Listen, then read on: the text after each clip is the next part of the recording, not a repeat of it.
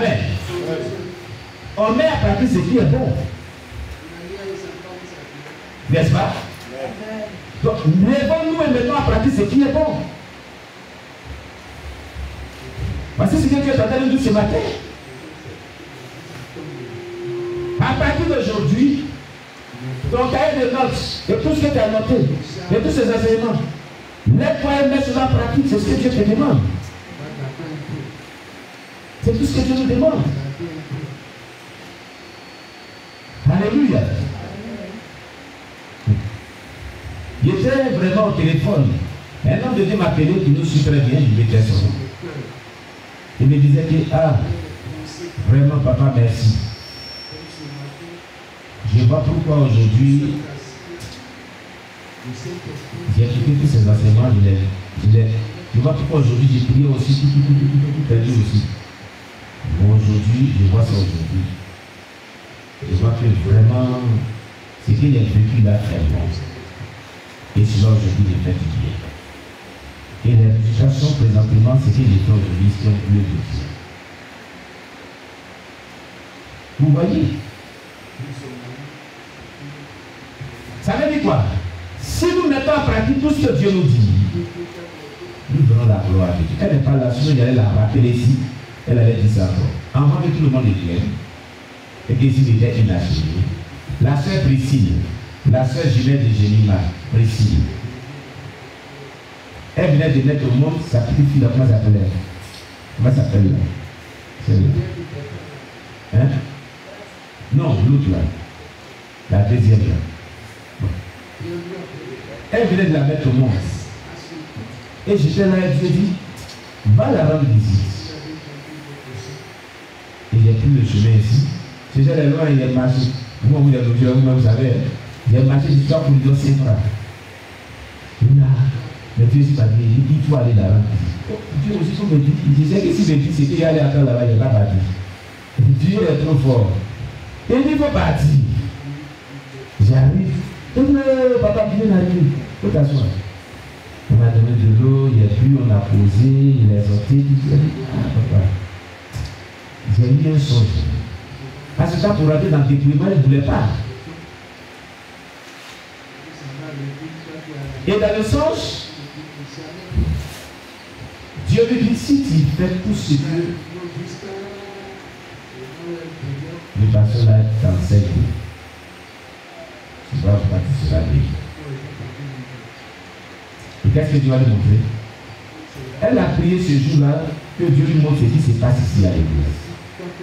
Quand ça fait 1 mois, 2 mois de l'état à l'église, elle dit Dieu, montre-moi ce qui se passe dans cette église. Souvent, elle prie comme ça, elle dit si c'est bien, montre-moi ce qui se passe dans l'église, montre-moi ce qui se passe dans la vie de l'homme de Dieu, montre-moi ce qui se passe dans l'église. Elle prie comme ça. Il faut que vous priez comme ça aussi. Amen.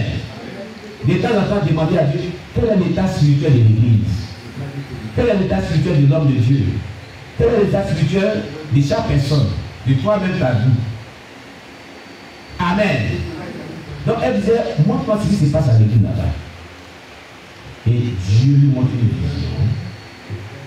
Elle voit le tableau qu'on utilise pour étudier là. C'était mis ici comme ça. Le grand tableau. Et puis, quelqu'un qui est venu. Il écrivait, mais l'écriture n'était pas l'écriture qui est sur la terre. C'est l'écriture. Elle disait une écriture qui n'avait rien à voir avec l'écriture sur la terre. Une écriture céleste. Mais la personne disait, tu vois, tout ce qu'on vous enseigne ici, là, tout ce qu'on vous prêche ici, là, si vous mettez cela en pratique, vous allez voir, regarde là-bas à droite, regarde là-bas. Elle a vu un gâteau très crémeux et il y avait du miel. Elle dit, si vous obéissez à tout ce qu'on vous enseigne, c'est cela que vous allez avoir. Et puis elle s'est arrivée. La vidéo, on a dit ça sur la chaîne, j'en vais le témoigner. Amen. Alors Dieu ne comprend pas. Elle ne comprend pas. Dieu, ce qui est créé depuis bien là, ce n'est pas des religions. Tu ne comprends pas. Même un enfant de 7 ans va comprendre ça. Dieu veut te dire que tout ce qu'on enseigne ici, on prêche ici, puis tu ne veux pas mettre en pratique. Tu ne veux pas aller dans le dépouillement. C'est ça là qui a fait qu'elle a accepté un peu de dépouillement. Je suis en train de dire encore, même encore. Regardez comment l'homme est incrédule. Même encore avec tout ça là, On attend d'étudier encore avec elle dans le dépouillement, maman et moi. Elle n'est pas encore totalement rentrée dans le dépouillement.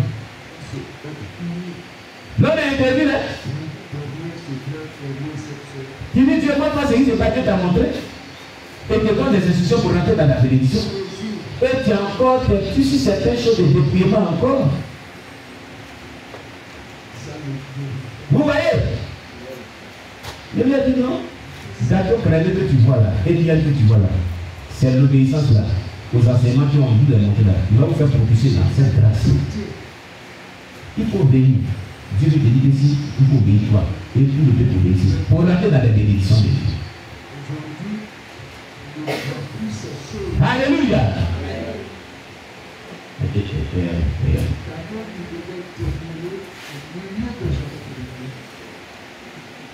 Touchez fort.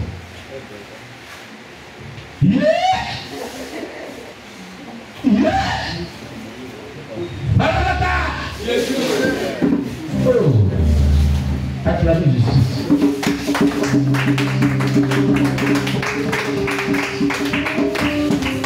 Gloire à Jésus. Donc, l'obéissance aux enseignements de Dieu, aux instructions de Dieu, à la parole de Dieu nous propulse dans les bénédictions, dans les grâces de Dieu. Et nous assure la sécurité. Amen. Alléluia. Donc la Bible dit ici, garde et écoute toutes ces choses que je t'ordonne, afin que, c'est pour un but, hein, c'est pour nous dire afin que tu sois heureux. Oh, c'est pour quel but? C'est pour que ce feu soit heureux. Ça veut dire que heureux là c'est quoi? C'est la joie, non? Mais quand est-ce qu'on est dans la joie? Réfléchissez un peu. Quand est-ce que quelqu'un est dans la joie? C'est quand il obtient de Dieu une bénédiction. Ou même une grâce particulière. C'est la grâce qu'on reçoit de Dieu. On dit que Dieu lui a fait grâce d'obtenir son bac. Dieu lui a fait grâce d'obtenir son diplôme. Dieu lui a fait grâce d'obtenir la délivrance, la guérison, son miracle. C'est pas ce qu'on dit. Et quand on reçoit toutes ces choses-là, qu'on est heureux. N'est-ce pas? Mais quand on reçoit un deuil, on est heureux. Hein? Alors, heureux, on dit afin que tu sois heureux, donc garder et mettre en pratique les enseignements et la parole de Dieu produit donc des bénédictions. Des bénédictions. Tu peux même faire la souffrance dans laquelle tu vis. Faire tout ce que tu dis comme mauvais, mais mets en pratique la parole de Dieu que tu n'arrives pas à mettre en pratique. Alléluia. Mets en pratique la parole de Dieu que tu n'arrives pas à mettre en pratique. Ce qui te fatigue là, c'est que tu n'arrives pas à mettre en pratique. Depuis que tu es chrétien, examine ta vie. Il y a des choses que tu n'arrives pas à mettre en pratique. Comment ça noter sur ça? Note ça sur place. Disais pourquoi? Disais que ce sont des choses que tu n'arrives pas à mettre en pratique. C'est ça qui confesse chaque fois. Les pays qui confessent, ça n'est pas ça vient qui confesse. C'est une partie de la vie que tu n'es pas en pratique. Note cela quelque part. C'est ça qui est ton problème. Tu comprends? Quelqu'un a compris? Notez cela quelque part. Et prenez cela et allez devant Dieu avec. Vous dites Dieu, voilà mon problème. J'ai appris que tu résous les problèmes. C'est ça qui m'empêche de rentrer dans la bénédiction.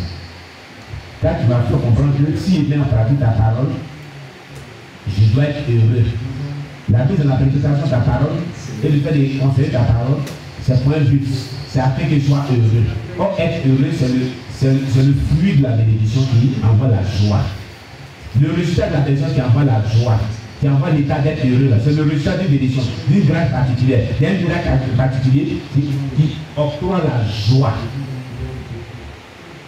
Aide-moi donc à mettre en pratique ta parole pour que vraiment je sois moi aussi heureux. Est-ce que tu es heureux? Entre nous, tu es heureux? Tu es vraiment heureux? Hein? Si tu obtiens de Dieu ce que ton père désire, non, tu es heureux. Ta joie n'est pas encore parfaite. Tu es dans le Seigneur, tu es joyeux, certes. Mais ce que tu désires, tu n'as pas encore obtenu. Est-ce que tu es heureux?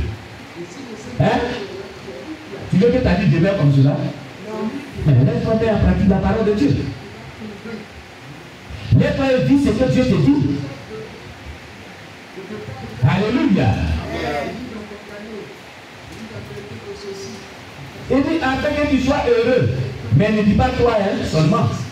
Il dit toi et tes enfants après toi. Ah. Toi et tes enfants, ils seront heureux, mais après toi, ils seront heureux. Ça veut dire que quand tu vas quitter la terre, là, quand tu ne seras plus là, la bénédiction qui était dans ta vie là, descendra sur tes enfants. Et aussi, ils vont l'expérimenter pour être heureux. Voilà la vraie bénédiction de Dieu. Elle descend sur les descendances. La vraie bénédiction de Dieu ne se limite pas seulement aux parents, mais descend sur les descendants. Même après leur séjour sur la terre, elle est dans leur vie. Elle continue de progresser dans leur vie, cette bénédiction. On dit toi et tes enfants après toi. Après que tu sois, tu viens quitter la terre, tes enfants vivent cette bénédiction aussi. Ils seront aussi heureux eux aussi. Quelqu'un comprend ce qui est dit dans la Bible. Amen. Alléluia. Et il dit, tes enfants après toi, et il dit quoi? À perpétuité. À perpétuité. C'est-à-dire pour toujours. Pour toujours. Mais il met une condition. Pour que cela soit. Il conditionne. Écoutez, depuis le péché, Adam et Ève, toute grâce et toute bénédiction de Dieu est conditionnée. Quand le péché n'était pas encore rentré sur la terre, il n'y avait pas de conditions. Mais à cause du péché, Dieu conditionne tout ce qu'on reçoit de lui. La condition c'est quoi? Il dit, en faisant ce qui est bien et ce qui est droit aux yeux de l'Éternel ton Dieu, c'est en faisant cela que cette bénédiction-là demeurera à perpétuité sur toi et tes descendants. Mais si tu fais ce qui est mal, et cela blesse le cœur des gens à tout moment, et tu ne vas pas rentrer dedans, tu vas souffrir, tu vas finir en haut. Ta bouche là blesse le cœur des gens. Ton caractère blesse le cœur des gens. Ton attitude blesse le cœur des gens. Tes pensées blessent le cœur des gens. Ton bonjour, ça blesse le cœur des gens. Même ton bonjour blesse le cœur des gens. Et tu dis tu souffres. C'est toi qui veux souffrir. Donc il faut souffrir. Quelqu'un comme là, l'église a dit aujourd'hui. Quitter la souffrance, c'est quitter le mauvais caractère. Est-ce que Dieu t'a entendu dire? On cherche souvent les problèmes, on cherche souvent les causes de nos problèmes, mais nous-mêmes souvent la cause de nos problèmes. C'est ce que Dieu t'a entendu dire. Écoutez, si nous craignons Dieu là, la Bible dit quoi? Les âmes et les ténèbres tapent autour de tout. Autour de qui? Parlez fort, on va bien comprendre. Hein? Les âmes de Dieu tapent autour de qui? Craignez-lui. Pour faire quoi? Pour les sauvegarder de tout danger. Ta crainte était plus les sorciers vont confisquer ta bénédiction. Dis-moi un peu. Où ta crainte était? Ça veut dire que tu ne vas pas marcher dans la crainte de Dieu. Cela veut dire que tu ne vas pas